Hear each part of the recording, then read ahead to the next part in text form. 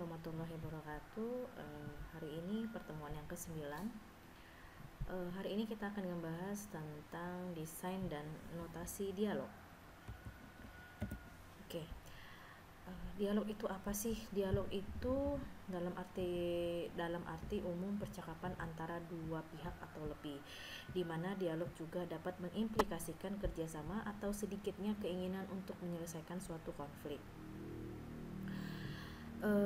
Dalam dialog itu terdapat perancangan user interface. Dialog memiliki arti lebih spesifik, yaitu struktur percakapan antar user dan sistem komputer. Dialog adalah level sintaks dari interaksi manusia dan komputer. Notasi dialog dapat berupa diagramatik, tekstual. Dialog berkaitan dengan sistem sama presentasi.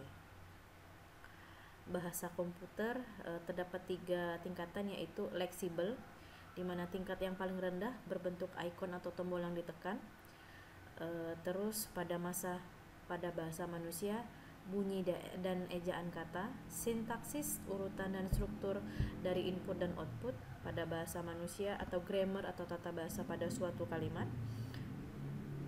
Semantik, arti dari percakapan yang berkaitan dengan pengaruhnya pada struktur data internal komputer dan atau dunia eksternal. Pada bahasa manusia, ekuivalen dengan arti yang berasal dari para partisipan dalam percakapan. Oke. Biasanya kalau pada IMK dan komputer itu biasanya bahasa komputer bahasa di komputer tadi dapat dibagi 3 tingkatan, yaitu tadi leksibel, sintaksis, semantik, ya. Oke. Kalau leksibel itu dia tingkatan yang paling rendah, bentukannya ikon, ya, tombol atau tombol yang ditekan. Untuk dialog manusia dan komputer pada umumnya berbeda sama dialog yang antar manusia, di mana dialog dengan komputer biasanya terstruktur dan terbatas. Untuk karakteristik dialog user sistem komputer itu ada 4. Yang pertama, partisipan harus menyebutkan dialognya dalam urutan yang jelas. Beberapa dialog telah ditetapkan sebelumnya. Beberapa bagian tertentu dari dialog dilakukan secara bersamaan, dan umumnya dialog berikutnya tergantung pada respon partisipan, ya. Terus, dalam user interface, dialog biasanya dianggap sinonim atau ekuivalen dengan tingkatan sintaksis. Untuk batasan antara leksikal dan sintaksis tidak begitu jelas, dan pada kenyataannya deskripsi dialog seringkali meliputi sifat-sifat leksikal, di mana dialog dengan komputer umumnya terbatas dan terstruktur. Beberapa karakteristik dalam dialog dengan komputer, di mana partisipan harus menyebutkan dialognya dalam urutan tertentu.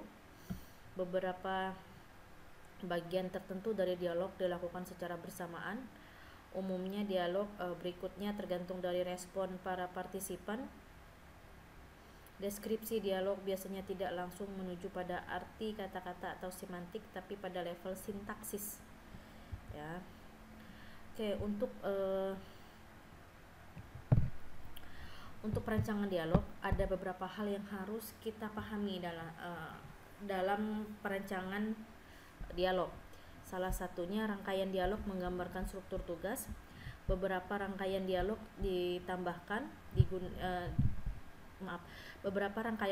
tambahan digunakan untuk user support, misalnya help system, tutorial subsystem. Rangkaian dialog diurutkan sesuai dengan struktur tugas, ya.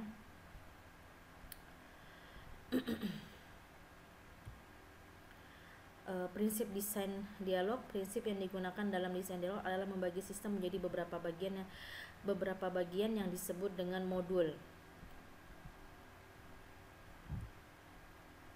Contoh prinsip desain yang dialog pembagian modul dalam sebuah sistem pemesanan buku perpustakaan. Contohnya seperti ini: reservasi, detailnya, kodenya ya, register numbernya.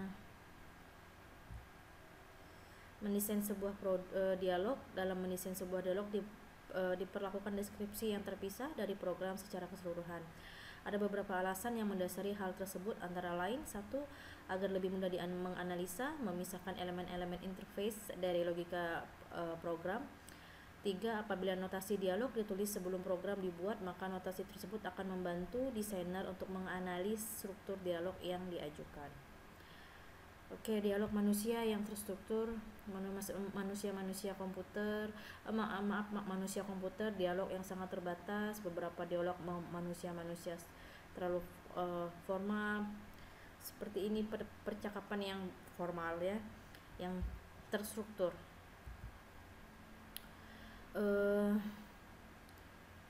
Bentuk yang paling sering digunakan dalam desain dialog. Kelebihannya itu memungkinkan desainer untuk melihat secara sekilas struktur dialog.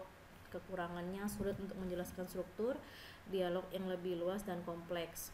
Beberapa bentuk notasi diagramatik: State Transition Network atau STN, hierarchy State Transition Network, Hierarchical State Charts, Flowchart, sama GST diagram.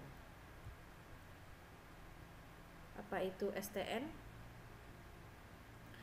STN yaitu kondisi transisi jaringan, digunakan sejak tahun 1940-an, di mana metode ini menggunakan circle atau state yang dihubungkan satu dengan yang lain dengan anak panah yang menandakan suatu aksi atau kejadian.